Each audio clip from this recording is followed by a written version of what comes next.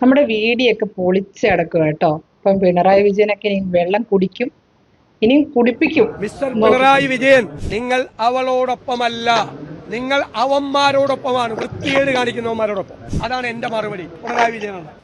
നാട് മുഴുവൻ വിഭജിക്കാൻ നടന്നിട്ട് പ്രബോധനപ്പെടുത്തി ബലാത്സംഗം ചെയ്തിട്ട് എന്നിട്ട് അവരെ ന്യായീകരിക്കാൻ വേണ്ടി അതല്ലേ പ്രതിപക്ഷ നേതാവും സംഘവും ചെയ്തു.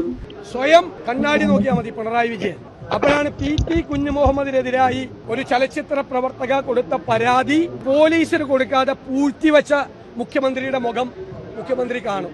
2 കൊല്ലം MLAക്കെതിരായി ആക്ഷേപം വന്നിട്ടും അച്ചടക്ക നടപടി പോലും എടുക്കാത്ത പാർട്ടി നേതാവായ പിണറായി വിജയന്റെ മുഖവും അദ്ദേഹത്തിന് കണ്ണാടിയിൽ കാണാം. തിരിഞ്ഞു നോക്കുമ്പോൾ പ്രതിപക്ഷ നേതാവ് എന്താണ് ഇക്കാര്യത്തിലൊക്കെ എടുത്ത നിലപാട്? കേരള രാഷ്ട്രീയത്തിൽ ഒരാളും എടുക്കാത്ത കാർക്കശ്യം നിറഞ്ഞ തീരുമാനമാണ് എടുത്തത്. 2013 അന്ന് പാർട്ടി സെക്രട്ടറിയായ പിണറായി വിജയൻ ഉമ്മൻചാണ്ടിയോട് ഗണേശനെ പുറത്താക്കണമെന്ന് പറഞ്ഞു. ഗണേശന്റെ രാജി എഴുതി വാങ്ങി ഉമ്മൻചാണ്ടി. ഇപ്പൊ അതിനേക്കാൾ രൂക്ഷമായ പ്രശ്നം ഗണേശന്റെ ഉണ്ടായി. അപ്പൊ മുഖ്യമന്ത്രിയാണ് പിണറായി വിജയൻ.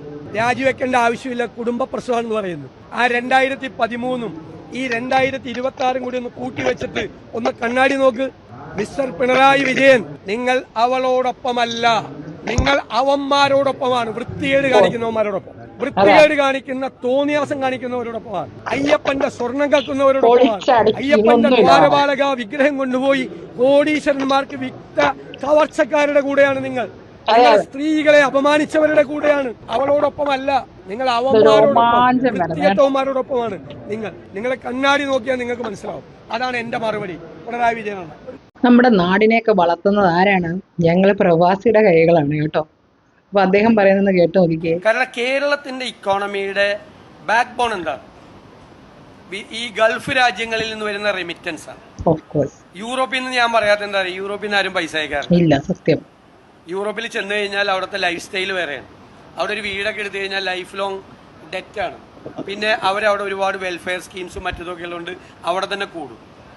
അപ്പം ഈ ഗൾഫിൽ നിന്ന് വരുന്ന ഈ റെമിറ്റൻസ് കുറഞ്ഞു വരികയാണ് കേരളത്തിൽ. വേറൊരു അപകടമുണ്ട്.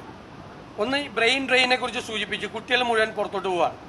35-40 ലക്ഷം രൂപ, 30 തൊട്ട് 40 തൊട്ട് 50 ലക്ഷം രൂപ വീട് പണയപ്പെടുത്തി ആ പൈസയായിട്ടാണ് പോകുന്നത്. ഇവിടെ നിന്ന് വലിയൊരു എമൗണ്ട് പുറത്തേക്ക് സൈഫൺ ചെയ്ത് പോവാണ്. ഇത് റിവേഴ്സ് റെമിറ്റൻസ് ആണ്, റെമിറ്റൻസ് അല്ല. റെമിറ്റൻസിന് ഓപ്പോസിറ്റ് ആയിട്ടുള്ള ഒരു പ്രോസസ്സാണ്. ഇനി രണ്ടാമത്തെ കാര്യം, 25 ലക്ഷം പേരാണ് പുറത്തുള്ള വേറെ ഗൾഫിലുള്ള ആളുകളെ പറഞ്ഞത്. 25 ലക്ഷത്തിനും 30 ലക്ഷത്തിനും ഇടയിൽ അതർ സ്റ്റേറ്റിലുള്ള ആളുകൾ, അതിഥി തൊഴിലാളികൾ കേരളത്തിലുണ്ട്. അവരിവിടെ പരമാവധി ആളുകൾ 90% ആളുകൾ ഇവിടെ എക്സ്പെൻഡിച്ചർ ഇല്ല. അവർക്ക് ഇവിടുത്തെ എക്സ്പെൻഡിച്ചർ ഗോതമ്പ് പൊടി, ഉള്ളി, ദാല്, ഇത്രയേ ഉള്ളൂ. ബാക്കി അവർ ശനിയാഴ്ച വൈകുന്നേരം കിട്ടുന്ന കൂലി നിങ്ങൾ തിങ്കളാഴ്ച രാവിലെ നിങ്ങൾ ബാങ്കിൻ്റെ അവിടെ നോക്കിക്കോ, അവർ നാട്ടിലേക്ക് അയക്കും. പണ്ട് ഗൾഫിൽ നിന്ന് നമ്മുടെ ആളുകൾ മാസത്തിൽ അയച്ചിരുന്നത് പോലെ ഇവിടെ നിന്ന് അയക്കുകയാണ്. 25 ലക്ഷത്തിലധികം ആളുകളാണ് ഈ കേരളത്തിൽ നിന്ന് കിട്ടുന്ന പൈസ മറ്റ് സംസ്ഥാനങ്ങളിലേക്ക് അയക്കുന്നത്. റിവേഴ്സ് റെമിറ്റൻസ് ആണ്. ഞാൻ